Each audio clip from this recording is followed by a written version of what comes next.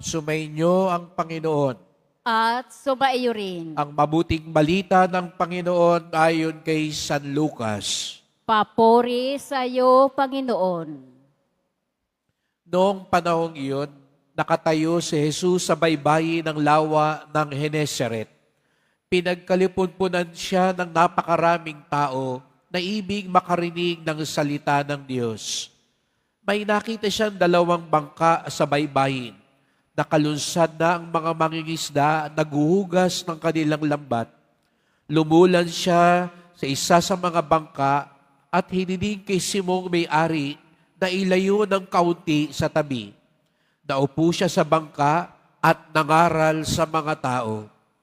Pagkatapos niyang magsalita, ay sinabi kay Simon, "Pumalaot kayo at ihulog ang mga lambat upang manghuli." Sumagot si Simon, "Guro, magdamag po kaming nagpagod at wala kaming nahuli. Ngunit dahil sa sinabi ninyo, ihuhulog ko ang mga lambat." Gayon nga ang ginawa nila at sa dami ng kanilang huli ay halos magkasisira ang kanilang mga lambat. Kaya't kinawayan nila ang kanilang mga kasamahang nasa ibang bangka upang patulong at lumapit sa mga ito. Napuno ang dalawang bangka na halos lumubog.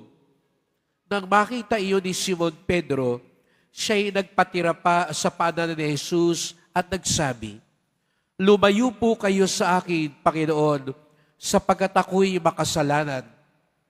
Nang gilalas siya at ang kanyang mga kasama dahil sa dami ng kanilang huli, gayon din sina Santiago at Juan, mga anak ni Zebedeo na mga kasosyo ni Simon.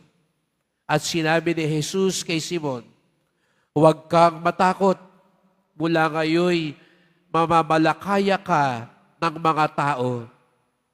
Nang maitabad nila ang kanilang mga bangka, iniwan nila ang lahat at sumunod kay Jesus.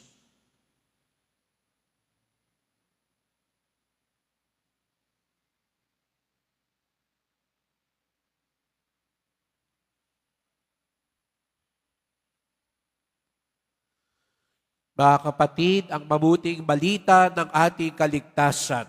Pinupuri ka namin, Panginoong Hesukristo. Magsiupo muna ang lahat. Magandang umaga po sa inyong lahat at maligayang pagdating sa tahanan ng ating mahal na pong Jesus Nazareno. Pinagdarasal din natin ang mga nasa online, lalo na po mga may sakit, nag-aalaga sa may sakit, at mga kababayan kadeboto natin mula sa iba't ibang panig ng bansa at daigdig na nais sumama sa banal na misa dito sa Quiapo, sa Basilica Minor at Pambansang Dambana ni Jesus Nazareno. Araw ng linggo, araw ng Diyos, araw ng simbahan, at tayong lahat ay narito sapagkat tinawag tayo ng Diyos, mahal tayo ng Diyos. Kaya bigyan natin ng papuri, parangal at pasasalamat ang ating minamahal na Nuestro Padre Jesus Nazareno.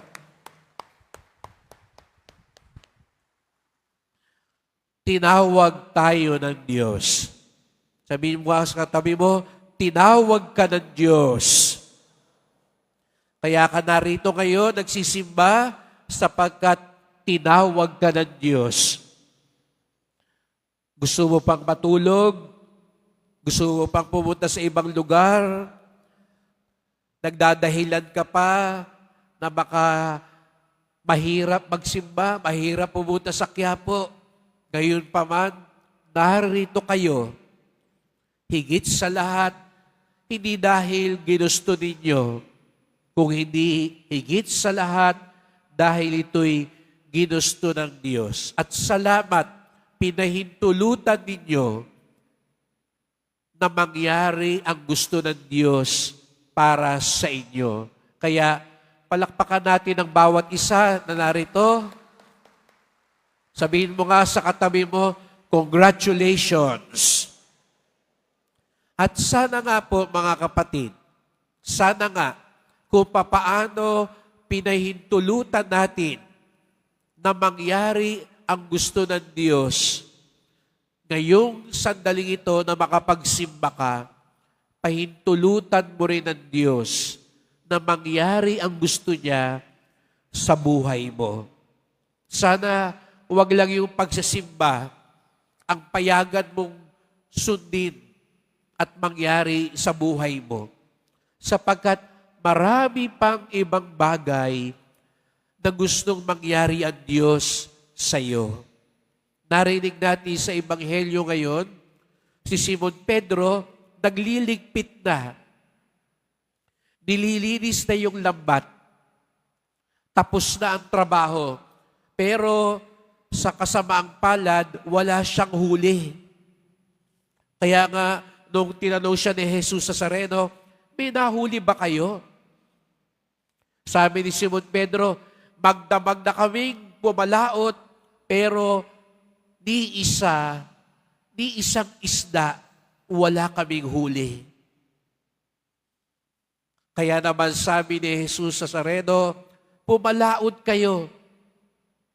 Mabuti na lang mapagkumbaba si Pedro. Tandaan ninyo, si Jesus sa Nazareno, ano raw trabaho ni Jesus sa Nazareno? Ano trabaho ni San Jose? Karpintero. Si Simon Pedro, mangingisda. Biruin nyo, yung karpintero ang nagtuturo sa mangingisda, papaano mangisda. Kung kayo po si Simon Pedro, buti na lang, hindi tayo si Simon Pedro. Dahil kung tayo siguro si Simon Pedro, sasabihin natin kay Jesus sa Nazareno, marunong ka pa sa akin. Alam ko ang ginagawa ko, huwag mo kong pakialaman. Mga kapatid, sana huwag ganun mangyari sa buhay natin. Sabi ko kanina, sana mangyari yung gusto ni Jesus sa atin. Nag-umpisa na nung nagsimba tayo. Pero baka paglabas natin, parang ganun ang nangyayari. Bubulong ang Diyos. Maging tapat ka sa asawa mo. Linggo ngayon, baka kung saan ka umuwi.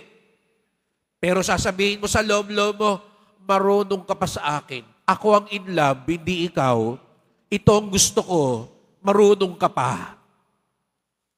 O dili kaya mamaya pagdating mo sa tindahan mo, babaguhin mo yung kiluhan para mali ang timbang.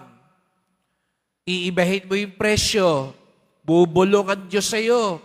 Huwag kang mandadaya. Siguro sa loob-loob mo, huwag mo kong pakailaman. Ako ang negosyante rito. Buhay ko to. Kabuhayan ko to. Naghihirap ako, kaya kailangan kong dumiskarte. Kaya di ba, minsan po ang simbahan, pag nangangaral ng katarungan, katotohanan, pag ipinaglalaban ng karapatan ng mga tao, ano sasabihin ng ibang mga tao? Huwag niyong pakailaman kami, magdasal na lang kayo. Namumulitika kayo. Kayong mga nasa simbahan, dyan na lang kayo, magprosesyon na lang kayo. Huwag niyo na pag-usapan ang katapatan, ang kabutihan, ang katwiran sa pamahalaan. Ilang beses din natin ginagawa yun, mga kapatid. Ayaw natin pakialaman tayo. Buti na lang si Simon Pedro. Hindi niya sinabi kay Jesus sa Nazareno, ako ang mangingisda, karpintero ka lang. Huwag mo kong pakialaman. Mas alam ko ito. Minsan sa buhay natin, ganun ang turing natin sa Diyos. Mas alam ko to. Huwag mo kong pakialaman. Ako ang masusunod. Ang unang biyayang ipagdasal natin para marinig natin ang tawag ng Diyos, magpakumbaba tayo at sumunod sa Kanya. At ano pa ang sabi ni Jesus sa Nazareno? Pumunta kayo sa malalim. Pumunta kayo sa malalim. Ito rin ang pangalawang biyayang ipagkaloob sana sa atin. Sana magpunta tayo sa malalim na bahagi ng buhay. Ano ba ibig sabihin daw nun? Di ba minsan, nasasabihan ba kayo, ang babaw-babaw mo naman? Aminin natin, minsan, natapos ang isang araw, ano pinag-usapan natin? Chismis, artista, buhay ng may buhay, bali-balita. Pero halimbawa mamaya, pag uwi ninyo sa bahay, mapag-uusapan nyo bang mag-anak? Sabihin mo, nagsimba ako sa Quiapo. Sabi nung pare, sumunod sa Diyos. Talikuran ng kasalanan. Tatawagin mo yung anak mo, o ikaw ha, bisyo ka ng bisyo. Tigil mo na yan. Alam mo, yung kapatid mo, namumuhay ng hindi tama, kakausapin mo ba siya para itama ang kanyang buhay? Ikaw mismo, narinig mo, magbagong buhay. Nakita mo, bukas yung ilaw sa kumpisalan. Lalo na sa ibang araw. Magkukumpisal ka ba? Magsisisi ka ba? Ano bang mga pinag-uusapan natin sa buhay? Ano ba yung tinututukan natin sa buhay? Yung bang mabababaw lamang? Pera na lang ba? Araw-araw na lang ba? Pera.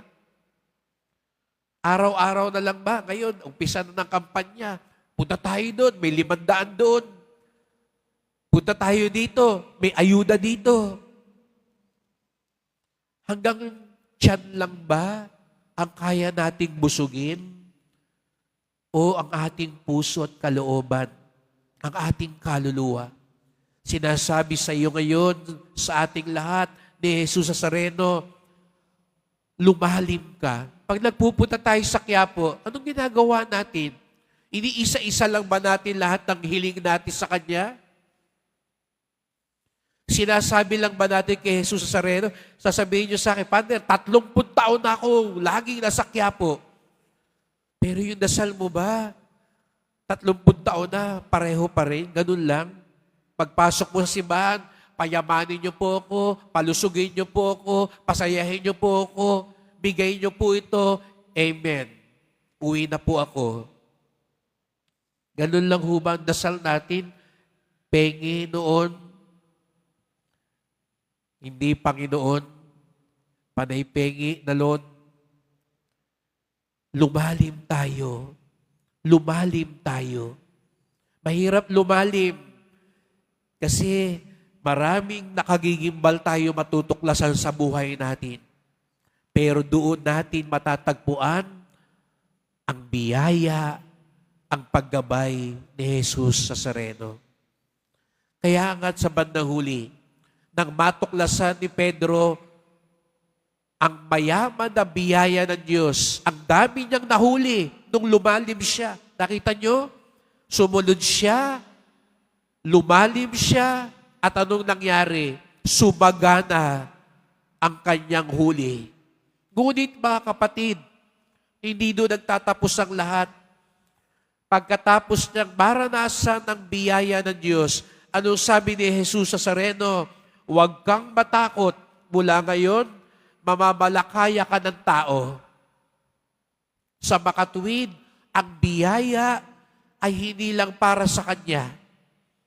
Hindi sinabi ni Jesus Nazareno, sige, magpayaman ka lalo. Sige, marami kang huli, ibenta mo na yan para lalo kang yumaman. Ano sabi ni Jesus Nazareno? Sige, mula ngayon, hindi lang isda ang huhulihin mo, tao din. Ilalapit mo sila sa akin.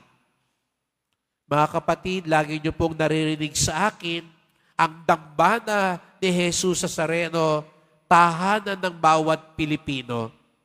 Tumatanggap ng disipulo, tumatanggap ng deboto, nagsusugo ng disipulo. Sapagkat hindi nagtatapos sa buhay deboto ang tunay na naniniwala at nagmamahal kay Jesus Nazareno. Pagkatapos nating maging deboto, tayo'y dapat maging disipulo. At ano ba ang disipulo? nagpapalapit ng maraming tao sa awa ng Diyos. Nagpapakilala kay Jesus Nazareno sa iba pang mga tao. Gumagawa pa ng mas maraming mga deboto. Kaya't ito yung ipagdasal natin, mga kapatid, na sa buhay natin, marinig natin ang tawag ni Jesus Nazareno. Pahintulutan natin ang tawag niya na mangyari sa buhay natin. At papaano raw natin ito magagawa? Sumunod tayo. Pumunta tayo sa mas malalim na bahagi ng ating buhay. At sa huli, dalhin natin ang mas marami pa nating mga kapatid upang matuklasan din nila ang kabutihan at awa ng Diyos. Ang tunay na deboto, hindi niya sinosolo ang biyaya ng Nazareno. Bagkus, ang tunay na deboto, ipinapakilala niya ang marami, si Jesus Nazareno. Kaya't sama-sama po tayo magdasal.